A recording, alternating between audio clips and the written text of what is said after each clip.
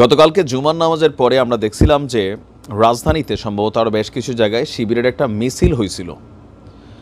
প্রায় 16-17 বছর পরে এত বড় বিশাল মিছিল হয়েছিল। ইভেন আওয়ামী লীগের ফেব্রুয়ারি জুড়ে যে কর্মকাণ্ডের ঘোষণা করা হয়েছে সেগুলোকে প্রতিহত করতে, ইভেন ছাত্রলীগকে প্রতিহত করতে রাজপথে থাকবে শিবিরের নেতাকর্মীরা।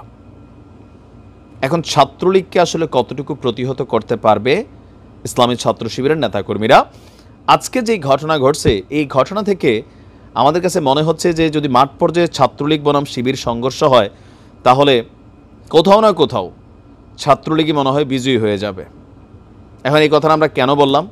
একসময় নিষিদ্ধ শিবির আর আজকের দিনের নিষিদ্ধ ছাত্রলীগের মধ্যে একটা সংঘর্ষ অলরেডি হয়ে গেছে। আর এই সংঘর্ষ হয়েছে কোথায়? পিরোজপুরের ইন্দুরকানী উপজেলায়। কারা কারা আছেন ওই এলাকার? ইন্দুরকানী উপজেলার বালিপাড়া এলাকায় নিষিদ্ধ ছাত্রলীগের হামলায় ছাত্র শিবিরের 3 কর্মী অলরেডি আহত হয়ে হাসপাতালে চিকিৎসা নিচ্ছে। শুক্রবার 31শে জানুয়ারি রাত 9:30টার দিকে উপজেলার বালিপাড়া ভূমি অফিসের সামনে এই ঘটনাটি ঘটে। হামলাকারীরা সবাই ছাত্রলীগের কর্মী বলে জানায় উপজেলা ছাত্র শিবির। হামলায় যারা আহত হয়েছেন তারিকুল ইসলাম, রিয়ান এবং সাইদুল ইসলাম, এরা সবাই ছাত্র শিবিরের কর্মী। ইন্দুরকানী উপজেলা ছাত্র শিবিরের সভাপতি আশরাফুল ইসলাম বলছেন, গতকাল রাত 9:30টার দিকে আমরা সাংগঠনিক কার্যক্রম শেষ করে বাড়ি ফিরছিলাম। পথেই আমাদের গতিরোধ করে ছাত্রলীগ এবং তারা আমাদের উপরে প্রকাশ্যে হামলা চালায়।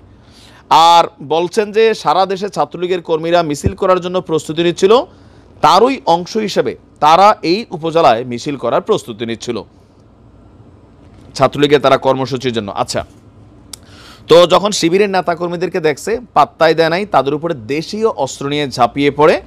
আর আহত সাইদুল ইসলাম বলছে যে গতকাল রাতে আমাদের 3 জনকে পেয়ে আমাদের উপরে হঠাৎ করে দেশীয় অস্ত্র নিয়ে হামলা করে।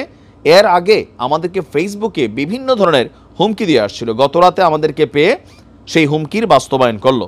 ওসি সাহেব বলছেন যে আমরা এই ঘটনা শুনছি, কোনো অভিযোগ পাইনি। আহতরা দাবি করছে সবাই ছাত্রলীগের কর্মী।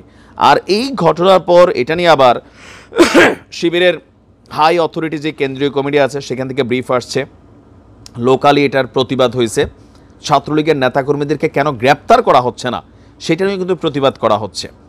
ইভেন গতকালকে শিবিরের একটা মিছিলের পারসেপশনে এটাও ছিল যে আহত যারা নিষিদ্ধ ছাত্রলীগের যে সকল নেতাকর্মী আসামি তাদেরকে পুলিশ কেন গ্রেপ্তার করছে না, এটা নিয়েও কিন্তু আমরা চট্টগ্রামও দেখছি একটা মিছিল হয়েছে, তারপরে কালকে আরও বেশ কিছু জায়গায় মিছিল হয়েছে।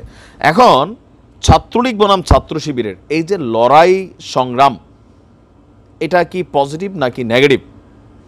তো কিছু কিছু এলাকায় এমনও হচ্ছে ছাত্রলীগের কোনো নেতাকর্মীকে পাইলে বিএনপি এবং শিবির মারধর করছে, পরীক্ষার হল থেকে টাইনে হাসড়ে বের করে পুলিশের হাতে তুলে দিচ্ছে, অনেকে সন্ত্রাসী তাদেরকেও দিচ্ছে, আবার অনেকে যারা নিরপরাধ কোনো কারণে ছাত্রলীগ করছে, এই সার্জিস যেমন এখন বলে যে ভাই আমি তখন চিপাই পয়রা করছি, তো এরকম অনেকেই চিপাই পয়রা করছে। বাট এখন চিপাই পয়রা করছি এসব কথা দিয়ে লাভ হয় না, এদেরকে মারধর চলে।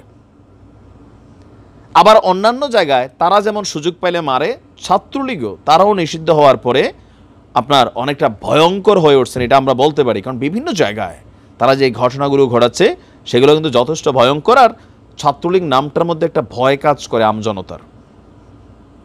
শেখ হাসিনা ক্ষমতায় নেই, কিন্তু ছাত্রলীগ নামটার মধ্যে একটা ভয় কিন্তু মানুষের রয়ে গেছে।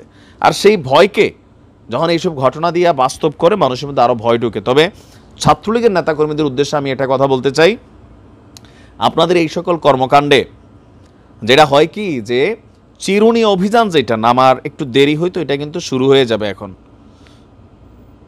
সরকারের পক্ষ থেকে ছাত্রলীগের নেতাকর্মীদের বিরুদ্ধে আওয়ামী লীগের ওই ফেব্রুয়ারি জুড়ে কর্মসূচি ঘোষণার পর একটা কিন্তু চিরুনি অভিযান চালানোর সিদ্ধান্ত আসছে।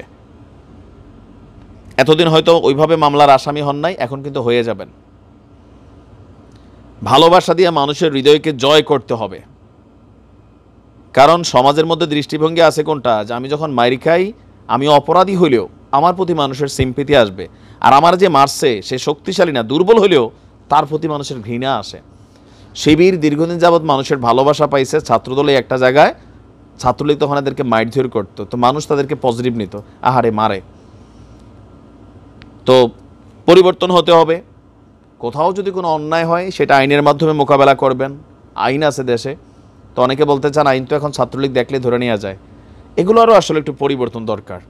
যারা অপরাধী সন্ত্রাসী তাদের বিচার নিশ্চিত যেমন করা জরুরি, কিন্তু একজন নিরপরাধ ব্যক্তি ছাত্রলীগ করতো, যুবলীগ করতো, আওয়ামী লীগ করতো, করতেই পারে, তাকে ধরে নিয়ে মারধর করা, তার পরীক্ষার হল থেকে বের করা, তাকে রাস্তাঘাটে মব জাস্টিসের শিকার করা, আদালতে গেছে গ্রেপ্তার হয়েছে তার ওইখানে পানিশমেন্ট দেওয়া, এগুলো কিন্তু ঠিক না। এগুলোতে এই হিতে বিপরীত হচ্ছে, রিয়েকশন হচ্ছে। কারণ বিভিন্ন জায়গায় ছাত্রলীগ দেখলে মাইর দেওয়া হচ্ছে, তো ছাত্রলীগে পাল্টা প্রতিশোধ নিচ্ছে। এই খেলাগুলো বন্ধ হওয়া দরকার, নয়তো রাষ্ট্র স্থিতিশীল হবে না। ভালো থাকুন, আসসালামু আলাইকুম।